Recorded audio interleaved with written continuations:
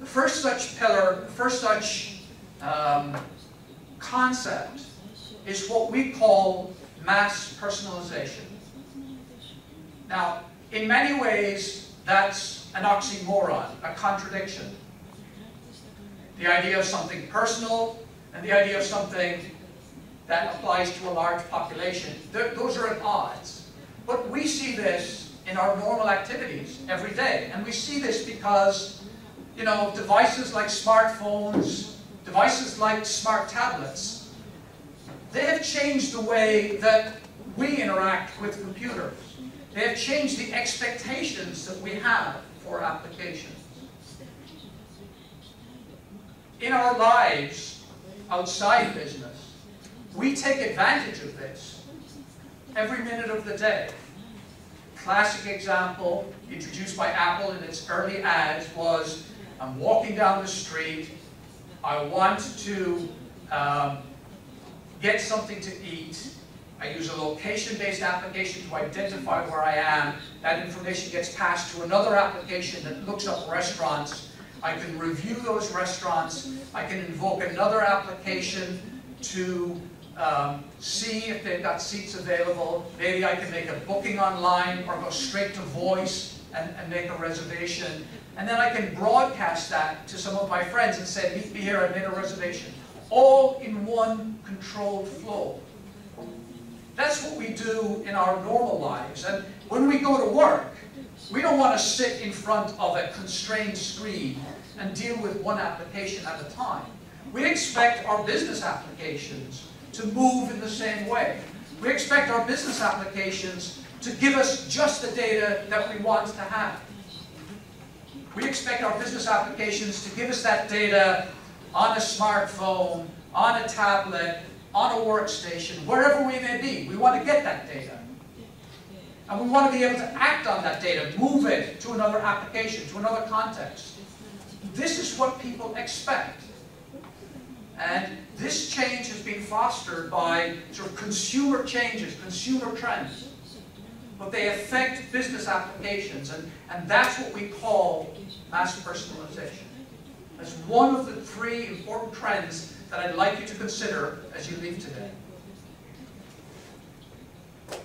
Second thing that's important is that our applications today, especially our business applications, they just deal with a small amount of the data that we act on, that we need in order to do our jobs. Most of the data that we deal with in applications today is structured data. Numbers, names, addresses, values, lists. But even in those applications, whether they're healthcare applications or business applications or insurance applications or financial applications, there's lots of data that's not structured. In fact, we know that the structured portion of the data is vastly outnumbered by the unstructured data, by text, by commentaries, by observations, by notes that accompany the structured data. And yet, our applications don't have access to that. We treat them as blogs. We treat them as file attachments. We have a PDF document attached. We have an RTF document, a Word document, or just a blog. And when we try to mine the data that's in our databases, we're ignoring that for the most part. We're just looking at the structured data, the salary information, the diagnostic readout, the age. We're not reading about the notes that informed that decision, that led to that salary, that led to that pricing decision, that led to that diagnostic conclusion. We're losing sight of that, and it's really important for us, for you, if you want to build the next generation of successful applications, to tap into that unstructured data. But that's not all. Because the unstructured data, the text that we've been accumulating for all these years, is about to be dwarfed. In some cases, it is already being dwarfed by other kinds of data. Everywhere we look, we are seeing that sensor-driven, automated gathering of data is starting to populate our databases at incredible rates. And we're seeing an explosion of data. As you move around, your location can be tracked. It's available constantly.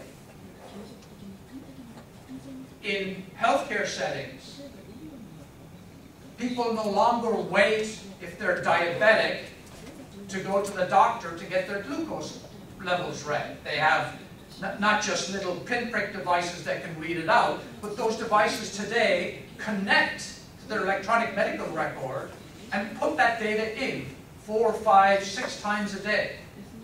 When they step on a scale in the morning, their weight and their body mass index are automatically transmitted to their electronic medical record.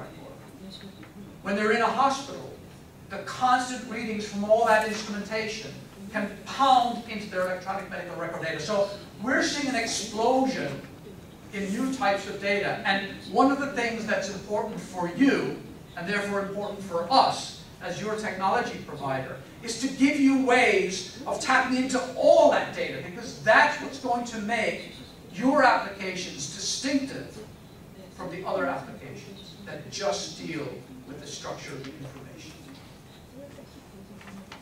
The final element that we think is important, and this really isn't so new because we've been talking about this for a couple of years, is the ability to drive action with that information and to do that immediately. You've heard us talk about the importance of shifting from a model of making decisions about a department, about a store, about a business unit, to make those decisions not 1 week after the quarter ended, but to make those decisions as trends affect them, as your inventory levels drop, as queues develop in your waiting room. Understand what's causing that to happen, and not just bring more people in to service that, but really change the cause and change the way your business operates. Have tools available that capture the information, do the necessary analysis, allow you to drill down to the relevant details, make decisions, see the consequences of those decisions, and repeat this loop over and over again, because that's the way that we as individuals are starting to operate and act. And that's the way that businesses need to start and operate and act. And that's part of the message that we've been delivering to you for a couple of years about embedded real-time business intelligence. Let me highlight these trends by talking about a few extraordinary applications that will give you a feel for how people are taking advantage of these trends to create something new and different. The first of these is in the area of energy. And here, there is a trend, not so much in the United States, but certainly in Europe and also in Asia, of using smart meters and moving from gathering information about electrical usage once a month to measuring that information every 15 minutes, every 10 minutes, or perhaps even more rapidly. So instead of getting one piece of data a month, we're now looking at getting data several thousand times more quickly. And that information from hundreds of thousands of households feeds into applications and drives pricing decisions for the consumer, and it also drives cost decisions for the distributor of electricity, because they can now predict trends and respond to trends much more rapidly and buy and divert energy more appropriately. We have a partner in Germany who's built such an application and is deploying it extremely successfully. The key thing here is that you need extraordinary scalability on your database in order to deal with data at this rate. And Cache is delivering for them.